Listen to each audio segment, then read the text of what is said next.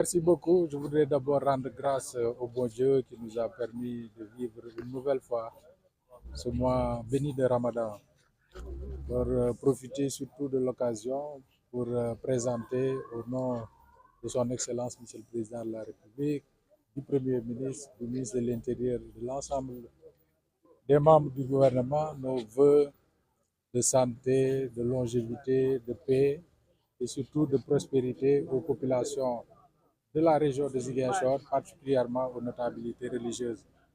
Nous avons écouté avec beaucoup de plaisir le sermon de l'imam qui a insisté surtout sur le devoir de responsabilité, surtout à l'endroit de ceux qui sont appelés à prendre la parole en public. Et je pense que c'est un message actuel qui nous interpelle tous. Et je pense que nous tous, nous devons nous en inspirer.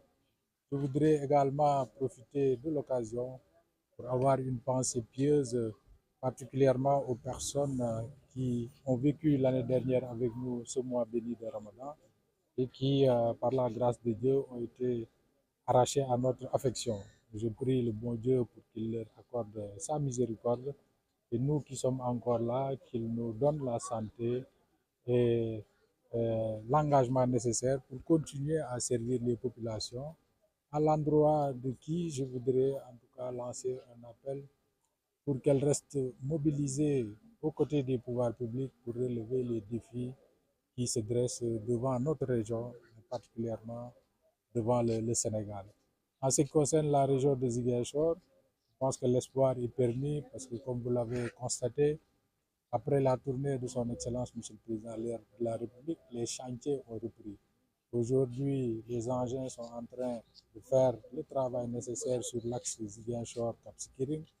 Sur le boulevard des 54 mètres également, vous avez pu constater que les chantiers, les travaux se poursuivent. C'est le cas également au niveau de l'aéroport de Ziguinchor. Cette dynamique va s'accentuer dans les prochains jours, pour ne pas dire les prochains mois. Et tout ceci témoigne de la volonté des plus hautes autorités à faire de sorte que les conditions de vie des populations soient nettement améliorées. Et je voudrais saisir cette occasion pour féliciter et remercier l'ensemble des composantes de l'État qui, comme vous le notez, travaillent d'arrache-pied pour améliorer sensiblement les conditions de vie des populations de la région. Et comme j'ai l'habitude de le dire, la paix, c'est une œuvre de construction quotidienne. Si nous pensons que nous sommes en paix parce qu'il n'y a pas de guerre, parce qu'il n'y a pas de situation, nous nous trompons. La paix, ce n'est pas l'absence de guerre, mais c'est une situation dans laquelle les populations continuent à vivre correctement. Et malgré ces difficultés, aujourd'hui, il faut le reconnaître, la situation sécuritaire s'est nettement améliorée. L'armée ainsi que les autres composantes de l'État, comme je l'ai dit, resteront mobilisées et travailleront surtout aux côtés des populations pour que l'État puisse réaliser ses ambitions dans la région.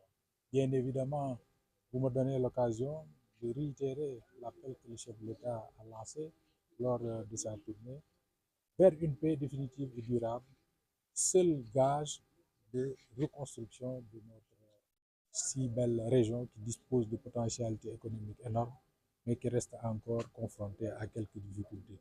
Et je pense que si cet appel est entendu, bien sûr, cette dynamique de retour des populations va s'amplifier et les retombées seront vécues et appréciées par les populations dans leur globalité.